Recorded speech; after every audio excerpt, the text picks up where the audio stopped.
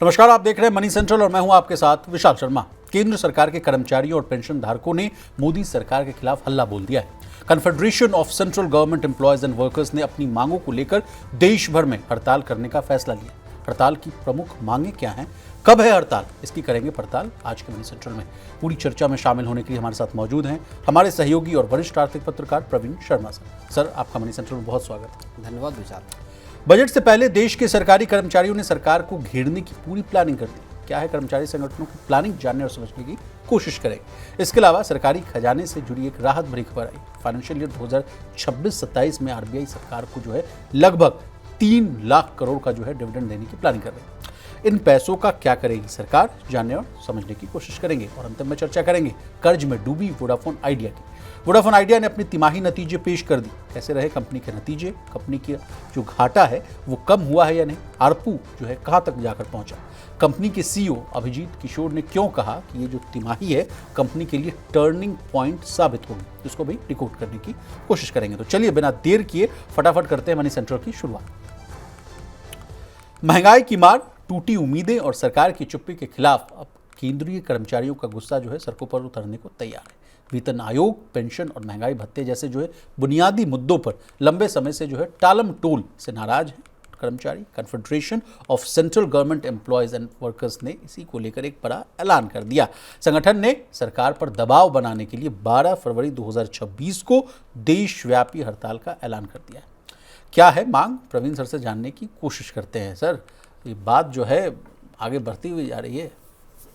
नहीं, लंबी चौड़ी एक वो मेमोरेंडम या एक पूरा ड्राफ्ट जारी किया है संगठन ने, और उसमें पार्ट ए और पार्ट बी में 2 डिमांड वो सेट जारी किए गए हैं। एक में 10 डिमांड है, दूसरे में 12 डिमांड है। और इसमें डीए मर्जर से लेके ओल्ड पेंशन स्कीम को लाने की एक तरफ मांगे हैं, दूसरी तरफ बड़ी मांग अनऑर्गेनाइज्ड सेक्टर के मजदूरों, आम जो कामगार हैं गैर सरकारी, उनके लिए कहा गया है कि इन सभी को 9,000 रुपये पेंशन सरकार देना पक्का करे और सोशल सिक्योरिटी के सारे बेनिफिट्स दे। तो इसके मतलब साथ साथ आप समझिए कि बहुत सारी बड़ी डिमांड की गई हैं। न्यूक्लियर का एक एनर्जी का बिल सरकार अभी हाल में लेके आई है, शांति बिल, उसको वापस लेने की मांग की गई और 4 लेबर कोड्स को भी रद्द करने की बात कही गई। तो मतलब सर, मैं अगर समझ रहा हूँ तो दोनों लोग मिल गए हैं, सरकारी और गैर सरकारी हैं, दोनों पक्ष दोनों पक्षों के लिए बेसिकली मांग की गई है कि न केवल सरकारी क्षेत्र के उनकी डिमांड्स हैं, बल्कि बाकी के मजदूर, कामगार और बाकी चीज़ें हैं, उन सब के लिए भी डिमांड्स की गई हैं। अब चलिए क्या क्या डिमांड है, पहले सरकारी कर्मचारियों वाला जो पक्ष है वो जान लेते हैं। देखिए, 8वें वेतन आयोग की टर्म्स ऑफ रेफरेंस, उसके नियम है उसमें बदलाव करने की मांग कही जा रही है। इसके अलावा कहा जा रहा है कि डीए को बेसिक जो वेतन है, जो सैलरी है, उसमें जोड़ना चाहिए। और वो बात भी सामने आ रही है सर कि जो कहा जा रहा है कि 15 से 18 महीने का जो समय लगेगा उसके बाद मिलेगा। तो कहा जा रहा है कि अंतरिम रूप से 20% अभी बढ़ा दीजिए 1 जनवरी 2026 से, तो हम लोग को थोड़ा राहत मिले। एनपीएस तो खत्म हो गया, कह रहे हैं कि अब ओपीएस बहाल कर दीजिए, यानी पुरानी पेंशन उसको लेकर बात कही जा रही है सर। फिर कोविड में 18 महीने का डीए वाला एरियर रोका गया था, उसको भी कहा जा रहा है कि फटाफट उसको भी रिलीज कर दीजिए। अनुकंपा पर जो नियुक्ति होती है उस पर 5% का कैप लगा हुआ है सर, समझे कि उतने से ज़्यादा आप कर नहीं सकते हैं। तो कहा जा रहा है कि मृतक कर्मचारियों के हक में भी थोड़ा फैसला लीजिए और इस कैप को भी बढ़ाइए। और सबसे अच्छी बात ये कही जा रही है कि खाली पदों पर खाली जो पद हैं उनको बड़ा तत्काल प्रभाव से भरने की कोशिश की जाइए। जो बेरोजगारी वाला मामला है, रोजगार का दिक्कत है, वो दूर होता हुआ दिख सकता है। फिर आर्बिट्रेशन बोर्ड के फैसले लागू हों, फिर कैजुअल और कॉन्ट्रैक्ट कर्मचारियों को बराबरी का हिस्सा देने की बात कही जा रही है।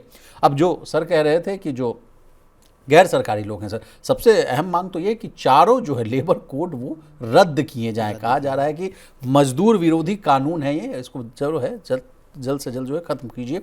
आउटसोर्सिंग और ठेका पर जो नौकरी मिलती है, जो ठेका प्रथा जिसको कहा जा रहा है सर, कॉन्ट्रैक्चुअल जो बेसिस पर है, उसको बंद कीजिए। समान काम समान वेतन की मांग कही जा रही है। न्यूनतम पेंशन, ये जो बड़ा लगातार हम लोग मनी सेंट्रल में इस बात को डिस्कस करते रहते हैं सर। EPS 95 के तहत जो 1,000 रुपये जो मिनिमम पेंशन मिलती है उसको कहा जा रहा था, बीच में तो खबर लेटेस्ट हम लोगों ने किया था सर 3,000 के आसपास जाने की बात, उसको कहा जा रहा है कि 9,000 प्रति माह किया जाए। इसके अलावा सर अब दोनों, ये तो हो गई डेटा, ये तो हो गया न्यूज़ सर, इनसाइड स्टोरी आपसे समझना चाहेंगे। इन मांगों को देखकर आपको क्या लग रहा है सर, क्या तमाम जितने मुद्दे हैं उनको हम एड्रेस कर लेने की कोशिश की जा रही है? नहीं देखिए, मसले तो सारे उठा लिए, इनफैक्ट शांति बिल जैसा मसला भी उठा लिया है, लेकिन कितना फीजिबल है, कितना वायबल है, क्या ये किए जा सकती हैं चीज़ें, ये देखने वाली बात है। पूरी चीज़ें सरकारी और गैर सरकारी दोनों तरह के वर्गों को कैटर करने की कोशिश की गई है, उनकी समस्याओं को। लेकिन अब आप समझिए कि शांति बिल जैसे न्यूक्लियर एनर्जी का जो बिल है जिसमें प्राइवेट सेक्टर को लाने की बात है, उसको वापस लेने की बात कही गई है।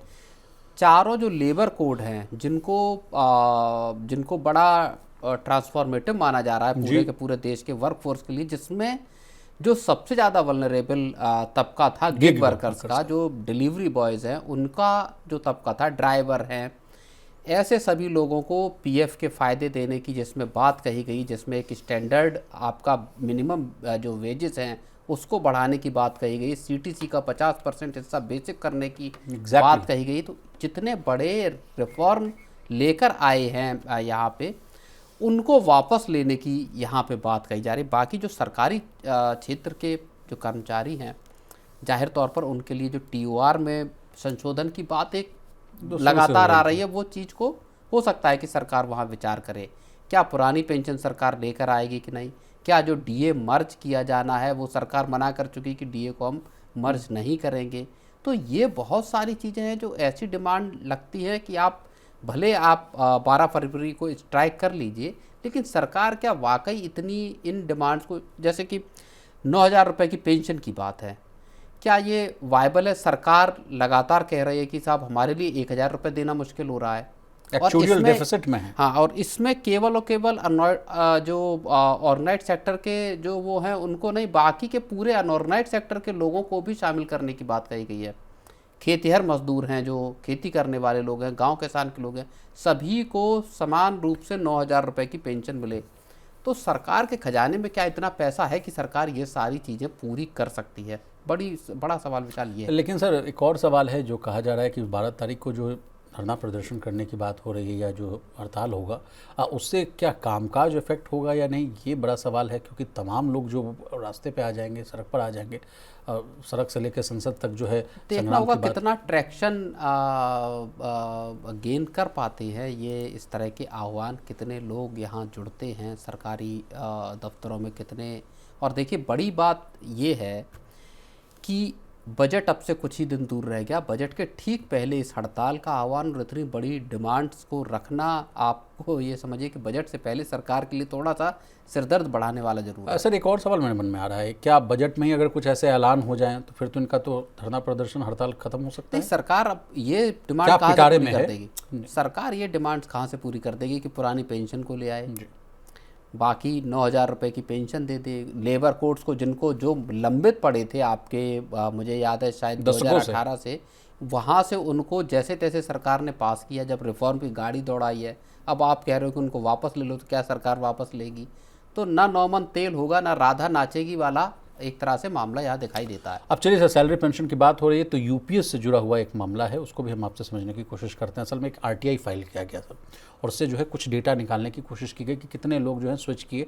आधिकारिक रूप से जो है आप बेहतर है उस डेटा को आप माइन कर पाए होंगे, लेकिन जो कहा जा रहा था बात कि 30 लाख जो है कर्मचारी, उसमें से मात्र 1,22,000 लोगों ने जो ही यूपीएस को ऑप्ट किया था। उस समय भी लगातार हम लोग कह रहे थे कि सरकार कह रही है कि एक तो जब पहले लाई सरकार, अश्विनी वैष्णव साहब ने जो है प्रेस कॉन्फ्रेंस करके इस चीज़ का जो है आयोजन का जो है उद्घाटन किया था कि भाई बहुत बड़ी अच्छी स्कीम है, गारंटेड पेंशन मिलेगी, फैमिली पेंशन हमने 60% कर दिया, तमाम फैक्टर्स कही बात। मतलब विद इन अ ईयर इस चीज़ को है मतलब एक बंद करने की बात या उसको है एक्सटेंड करने की बात जो है नहीं करते हुए दिखी सरकार। 1,22,000 लोग ऑप्ट कर चुके हैं। अब वहाँ तो पैक होने की कोई उम्मीद तो है नहीं। अब आपके पास रही करी बात कसर जो है एनपीएस की बात बच रहा है। लोग अब कह रहे हैं कि ये टोटल फेल्यूर है, जिस बात को हम लोग उठा रहे थे। ऐसी क्या बात है सर कि टोटल फेल्यूर होगी? क्या प्रचार प्रसार में कमी रह गई या कर्मचारियों का जो मामला था वो एड्रेस नहीं कर पाई सरकार? नहीं, मुझे लगता 2 बिंदुओं पे यहाँ बात गड़बड़ाई। पहला, जो कर्मचारी हैं सरकार के, उनको ये लगा कि जितना एनपीएस में रिटर्न मिल रहा है संभवतः वो यूपीएस में उतना रिटर्न भी ना मिले, उनको रिटायरमेंट के बाद उतनी पेंशन उतना पैसा उनको ना मिले। तो एक तो आशंका जो ये थी, इसने लोगों के दिमाग में घर किया और इसलिए लोग पीछे हटे। दूसरी एक जो बड़ी एक उम्मीद जो है वो ये थी कि अगर ये स्कीम में हम नहीं जुड़ते, अगर ये स्कीम फेल होती है तो प्रेशर सरकार पर एक बार फिर से होगा इस बात का कि साहब आप जिस स्कीम को इतना धूम धड़ाके के साथ लेके आए वही फेल हो गई। इसका मतलब ये है कि अब सरकार को पुरानी पेंशन स्कीम लेकर आनी होगी। तो एक सरकार के ऊपर मुझे लगता है प्रेशर क्रिएट करने वाला मसला रहा। दूसरा मसला ये रहा कि अगर हम जुड़ जाते हैं और पता चला कि एनपीएस में जो मिल रहा उससे भी कम मिला, तो इसीलिए सरकार को 2-3 बार उसमें अमेंडमेंट करने पड़े, उसको और अट्रैक्टिव बनाना पड़ा। लेकिन इतनी सरकार की कोशिशों के बावजूद 1.25 लाख भी मतलब कर्मचारी इस स्कीम से जुड़ नहीं पाए विशाल। चलिए सर आगे बढ़ते हैं। अचानक आपके किसी पुराने पैंट की पॉकेट में नोटों की गड्डी निकल आए या आपकी जो है कंपनी उम्मीद से दोगुना जो है बोनस भेज दे, उस वक्त जैसी फीलिंग आती है कुछ वैसा ही जो है मोदी सरकार भी महसूस कर रही है। असल में मोदी सरकार के खजाने के लिए जो आने वाला फिस्कल ईयर है वो खुशखबरी लेकर आ सकता है। भारतीय रिजर्व बैंक फाइनेंशियल ईयर 2026-27 में सरकार को करीब 3 लाख करोड़ तक का डिविडेंड दे सकता है। प्रवीण सर, 8 महीने पहले ही आरबीआई की कमाई से जो है मोदी सरकार का खजाना भर गया था। उस समय जब हम लोग उस डिस्कस कर रहे थे तो रिकॉर्ड 2.69 लाख करोड़ का जो है वो डिविडेंड आरबीआई ने जो है सरकार को दिया था। अब लगता है सर कि ये वाला भी रिकॉर्ड टूटने वाला है। बिल्कुल, ये जो सरकार को जो टैक्स कलेक्शन के मोर्चे पे जो थोड़ा झटका सरकार को लगता हुआ दिखाई दे रहा है, डायरेक्ट इनडायरेक्ट दोनों तरह के अगर हम टैक्स कलेक्शन को देखें, वहाँ जो सरकार को लग रहा है कि उम्मीद से कमतर उसका कलेक्शन आएगा, वहाँ सरकार को अब एक बड़ी राहत मिल सकती है। और वो राहत रिजर्व बैंक के हवाले से सरकार को मिलने की उम्मीद जताई जा रही, जैसा कई सारे जो ब्रोकरेज और एनालिस्ट और एक्सपर्ट्स कह रहे हैं जी। बताया जा रहा है कि सरकार को आरबीआई की तरफ से जो कमिंग फिस्कल ईयर है बाय 26-27 उसमें 3 लाख करोड़ रुपए का जो है वो विंडफॉल गेन एक तरह से बतौर डिविडेंड हो सकता है। जैसा आपने बताया कि पिछले फिस्कल में जो मौजूदा फिस्कल है, माफ़ कीजिएगा, इसमें 2,70,000 करोड़ रुपए सरकार को मिले थे, इससे पहले 2,10,000 करोड़ रुपए मिले थे। अगर आप इसको 2015 के हिसाब से देखेंगे, 2015 में लगभग 52,000 करोड़ रुपए सरकार को आरबीआई से डिविडेंड के तौर पे मिला था। उससे अगर 3 लाख करोड़ यहाँ इस अगले फिस्कल में मिलता है तो इससे आप अनुमान लगाइए लगभग 6 गुना का सरकार को आरबीआई से बढ़ोतरी इन मतलब लगभग 10 साल में सरकार को आरबीआई से मिलने वाला विंडफॉल गेन 6 गुना बढ़ जाएगा। लेकिन सर इसे अगला सवाल ये आता है, बड़ा सवाल ये है कि डिविडेंड बढ़ने की क्या प्रमुख जो है वजह हैं, उसको हम समझना चाहिए। कहाँ से आरबीआई को इतनी कमाई हो रही है सर? नहीं, एक तो देखिए आरबीआई को जो गवर्नमेंट सिक्योरिटीज़ हैं, जो बॉन्ड हैं, भारत के और विदेशी जो एजेंसीज के बॉन्ड्स हैं, वहाँ बेचने से एक तो वहाँ कमाई हुई है। दूसरी बड़ी जो कमाई आरबीआई को हो सकती है वो एक जो आपका डॉलर की बिक्री को लेके जो फॉरेक्स मार्केट में इंटरवेंशन और डॉलर की बिक्री जो है वहाँ से आरबीआई को बड़ी कमाई हो सकती है। पिछले कुछ दिनों से पहले सर हम लोगों ने डिस्कस किया था इस बात को कि देखिए रुपया जो है ऑल टाइम लो के आसपास है, तो क्या उसी समय जब ये खबर आई थी कि बहुत भारी मात्रा में आरबीआई ने जो है वो डॉलर बेचा है तो उससे कमाई हुई होगी? नहीं, बिल्कुल, जो आरबीआई के पास पहले से डॉलर थे उनको जब बेचा, जब आपके के कम रुपए पे थे तब आपके खरीदे हुए डॉलर और ज़्यादा प्राइस पे बेचने से कमाई हुई है। लेकिन इसमें एक कैच है जो ये बताता है कि हो सकता है कि जो आरबीआई का डिविडेंड है वो 3 लाख करोड़ रुपए ना हो, उससे थोड़ा कम रहे। उसके पीछे ये बताया जा रहा है कि पिछले साल जो है आरबीआई ने आपका जो बेचे थे वो 98 बिलियन डॉलर बेचे थे नवंबर तक जी, इस साल सॉरी, और इससे एक साल पहले 195 लगभग 200 बिलियन डॉलर के आसपास बेचे थे। तो इसका मतलब ये है कि डॉलर की बिक्री कम हुई है तो यहाँ से कम हो सकती है। लेकिन एक फ़र्क ये है कि 2 अप्रैल को जब आप अगर देखेंगे पिछले साल तो 85 रुपए के आसपास डॉलर था और अब ये बढ़कर 91.72 के आसपास चल रहा है। अब ये जो गैप है इसका फ़ायदा आरबीआई को विशाल मिल सकता है। चलिए सर, कुछ अर्थशास्त्रियों के अनुमान है, इकोनॉमिस्टों के अनुमान है, उनको भी डिकोड कर लेते हैं, उसमें भी जो है समझने को मिलेगा कि क्या असल पिक्चर है सर। स्टैंडर्ड चार्टर्ड बैंक का मानना है कि अगर आरबीआई अपना सीआरबी यानी जो जोखिम के लिए रखा हुआ जो रिजर्व है सर वो कम करता है तो सरकार को जो है 2.5 लाख करोड़ से लेकर 3 लाख करोड़ का डिविडेंड मिल सकता है। बोफा यानी जो बैंक ऑफ अमेरिका है उसके हिसाब से 2.9 लाख, आईसीआईसीआई बैंक, बार्क्लीज, एचएसबीसी का भी अनुमान है कि 3 लाख करोड़ के आसपास का डिविडेंड दे सकता है। आईडीएफसी फर्स्ट बैंक जो है वो थोड़ा नीचे का प्रोजेक्शन दे रहा है सर, 2.3 लाख का, और नोमुरा और केयर रेटिंग्स के अनुसार 2 से 2.5 लाख के आसपास जो है रहने की बात कही जा रही है। अब यहाँ जो सबसे बड़ा मसला है आरबीआई के जो पूरे के पूरे डिविडेंड को देने का, जो 3 लाख करोड़ का आंकड़ा आ रहा है, उसमें जो अभी आपने एक बात बताई कि जो कंटिजेंसी रिस्क जो बफर है, इसको क्या आरबीआई कम करेगा। अभी ये 5.5 से लेके 6.5% के आसपास आरबीआई इसको कंटिजेंसी रिस्क बफर को रखता है। यहाँ से नीचे, और कंटिजेंसी रिस्क बफर का मतलब पहले होता क्या है सर, हमारे व्यूअर्स को एकदम आसान भाषा में समझाइए। कंटिजेंसी रिस्क बफर का मतलब है फाइनेंशियल स्टेबिलिटी लाने के लिए या बनाए रखने के लिए, ओवरऑल जो पूरा देश का, एक तरह से मतलब बहुत मोटे तौर पे बताऊं तो देश की जो इकोनॉमी, उसको उसमें उतार चढ़ाव ना हो, उसके लिए आरबीआई अपनी कमाई का एक सर्टेन परसेंटेज जो है हिस्सा वो अपना रिजर्व के तौर पर रखता है। आकस्मिक स्थितियों में इस पैसे को, डॉलर में बहुत ज़्यादा उतार चढ़ाव आए, ठीक है, रुपए में बहुत ज़्यादा गिरावट आए, उस सबको बचाने के लिए, उस सबसे निपटने के लिए आरबीआई 5.5 से 6.5% का सीआरबी कंटिजेंसी रिस्क बफर को रखता है। लेकिन सर आरबीआई का भी जो सीआरबी है वो तो 7.5% के आसपास है। आप कह रहे हैं कि 5.5 से 6 बड़ा अच्छा कंफर्टेबल जोन है, तो ऊंचा है। हाँ बिल्कुल, तो 5.5 से 6.5% से को एक ठीक ठाक सिचुएशन माना जाता है। इससे नीचे जाने का मतलब है दुनिया भर का आलोचना और दुनिया भर की समस्याओं को एक तरह से इन्विटेशन देना कि वहाँ से अगर फिर, और जिस तरह की ग्लोबल सिचुएशन है उसमें इससे नीचे जाने को क्या आरबीआई प्रेफर करेगा, ये एक अहम बात हो, क्योंकि इसके नीचे जाने का मतलब है कि आप पे तमाम तरह के सवाल उठेंगे कि आरबीआई इस सीआरबी से नीचे क्यों बचा रहा है, सरकार को आखिर क्यों आरबीआई पैसा ट्रांसफर कर रहा है। और बहुत पहले से इस चीज़ को लेके बार बार बवाल उठता रहा है कि आरबीआई के पास जो पैसा पड़ा है वो आरबीआई सरकार को क्यों नहीं देता, या आरबीआई क्यों अपना इतना ज़्यादा पैसा देता है अपने पास, उस पैसे को सर इसी लड़ाई की वजह से तो उर्जित पटेल साहब को जो है अपनी नौकरी से हाथ धोना पड़ गया था। बिल्कुल, ये तब मसला एक बहुत आप पैसा दीजिए सरकार को, वो कह रहे थे कि नहीं भाई हम अपने पास रखेंगे। अब सर आरबीआई और बैंकों की बात हो रही है सर, तो 27-28 तारीख को जो है यूएस फेड की मीटिंग भी चल रही थी, कल चल रही थी और आज भी चल रही है सर। वहाँ से क्या बड़े संकेत आने वाले हैं? क्या वहाँ से कोई एक बड़ी बात आ सकती है कि रेट कट की बात हो सकती है? इकोनॉमिक फ्रंट पर क्या वहाँ से संकेत मिल सकते हैं, ये भी हम आपसे जानना चाहेंगे। नहीं देखिए, रेट कट का फैसला जो है, जो फेड है, माना ये जा रहा है कि वो उसको अपना टालते हुए दिख रहे हैं। बिल्कुल, रेट कट नहीं करने के फैसले को लेके लग रहा है कि जो फेडरल रिजर्व है वो रेट कट करने का फैसला नहीं लेगा। ये एक बड़ी चीज़ है यहाँ पे। चलिए सर आगे बढ़ते हैं।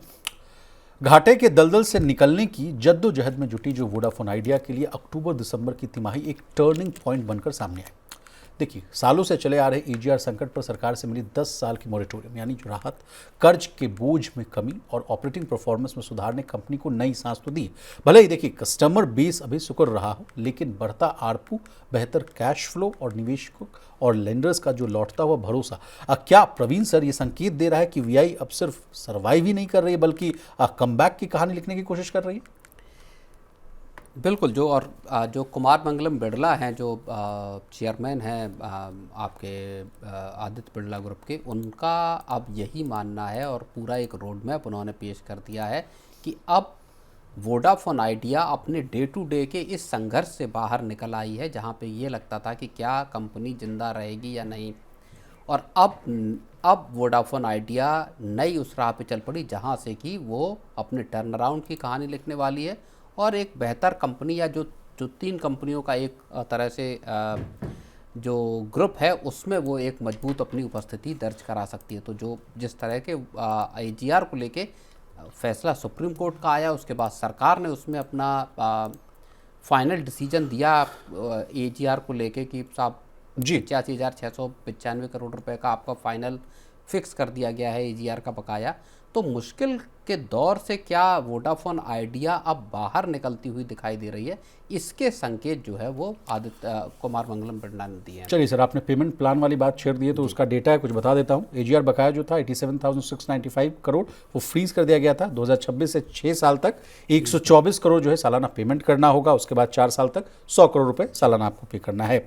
बाकी रकम जो है 2035-36 से लेकर 2040-41 के बीच किस्तों में जो है वो पैसा चुकाना है। मतलब अभी 10 साल तक तक जो है उनको भारी भुगतान से जो है राहत मिलती हुई नजर आ रही है। लेकिन सर इसी बीच जो सीईओ साहब का जो है एक बयान अब बड़ा अच्छा लगा मुझे कि टर्निंग पॉइंट तिमाही है। सीईओ जो अभिजीत किशोर साहब हैं, उन्होंने कहा कि ये तिमाही जो है कंपनी के लिए बड़ा महत्वपूर्ण मोड़ साबित हुई है। लंबी अवधि की जो है मुझे वो जो मतलब क्लैरिटी ये कहते हुए दिख रहे हैं कि मुझे मिलता हुआ दिख रहा है। वोडाफोन ग्रुप से भी वो कह रहे हैं कि 6,394 करोड़ के पुराने विवाद का जो है वो हम लोगों ने निपटारा कर दिया है और कंपनी ने जो है 3,300 करोड़ का एनसीडी जो है सफलतापूर्वक वो जारी किया है।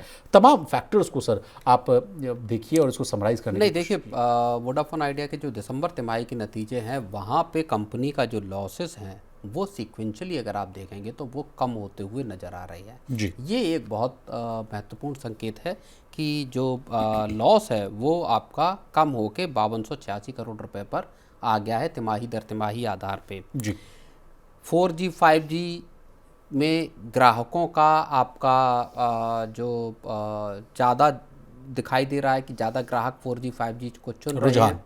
दूसरी बात यह है कि रेवेन्यू भी जो कंपनी का है वो यहाँ से बढ़ता हुआ दिखाई दे रहा है। तो ये एक बड़ा जो है वो संकेत है इस बात का कि कंपनी अब धीरे धीरे उभरती, हालांकि जो ग्राहकों के लॉस का जो सिलसिला है हो रहे हैं सर, बिल्कुल वो एक सिलसिला जारी है।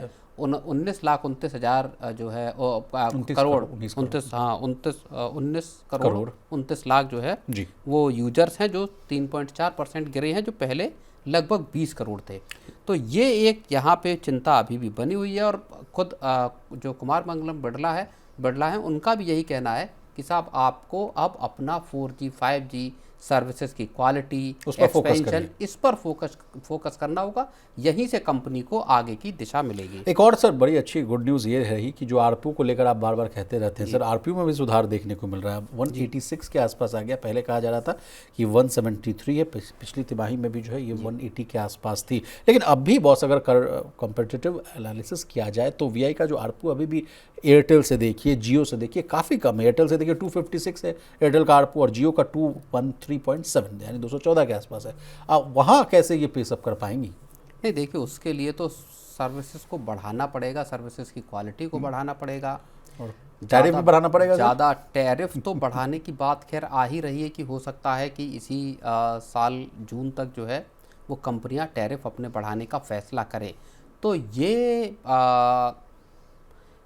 4G 5G इस तरह की जो टेक्नोलॉजी है, जो स्पेक्ट्रम है, वहाँ पे कंपनी को अपनी सर्विसेज को और यूजर्स की जो चर्निंग है, जो यूजर्स के छोड़ के जाने का सिलसिला है, वहाँ कंपनी को लगाम लगानी पड़ेगी। जी सर, इस रिपोर्ट में एक और बड़ी रोचक बात थी सर। कहा गया कि नए लेबर कोड की वजह से ग्रेच्युटी और छुट्टी से जो जुड़ी देनदारी है वो कंपनी की 146 करोड़ बढ़ गई। जो देखिए हम लोग लगातार बात भी कर रहे थे कि उससे जो एक स्टोरी हम लोग भी कर रहे थे, डिस्कस कर रहे थे, कहा गया टेक होम जो अभी जो सैलरी है वो कम हो जाएगी, एचआर को थोड़ा परेशानी हो सकती है। उससे देखिए कंपनियों के भी जो बैलेंस शीट है उस पर भी असर पड़ता है। वो तो हम आईटी कंपनियां हो या बाकी तमाम कंपनियों के हम जो रिजल्ट देख रहे हैं उसमें लेबर कोड का असर वहाँ उनके बैलेंस शीट पे साफ तौर पे दिखाई दे रहा है। तो क्या ये सर पॉजिटिव एस्पेक्ट है या नेगेटिव एस्पेक्ट है? देखिए कर्मचारियों के लिए पॉजिटिव है, पॉजिटिव एस्पेक्ट है। कंपनियों के लिए इनिशियली थोड़ा सा मुश्किल है, बाद में हालांकि चूंकि नए कानून आएंगे तो थोड़ा मुश्किल रहेगी। चलिए आगे बढ़ते हैं सर। आज के समय में देखिए इलाज का जो खर्च है वो तेजी से बढ़ रहा है। छोटी बीमारी में भी जो 1000 रुपये जो है चटाक से खत्म हो जाते हैं, वही गंभीर बीमारी हो जाए तो लाखों रुपए स्वाहा हो जाते हैं। कर्ज का जो है बोझ जो है वो बढ़ जाता है। ऐसे में लोगों की सालों की जो बचत है, जो डिपॉजिट्स है, कुछ ही दिनों में खत्म हो जाती है। इसी समस्या को देखते हुए एनपीएस को जो है एक्सपेंडिचर यानी जो हेल्थ एक्सपेंडिचर है उससे जोड़ने की पहल की गई। पीएफआरडीए ने एनपीएस स्वास्थ्य योजना की शुरुआत की है। पेंशनर्स को कैसे मिलेगा हेल्थ कवर, क्या है एनपीएस स्वास्थ्य पेंशन स्कीम, इसको जो है प्रवीण सर से बहुत ही जो है लेमन लैंग्वेज में समझने की कोशिश करेंगे। सर एक नया फिर पीएफआरडीए का नया स्कीम पेंशनर्स की बल्ले बल्ले।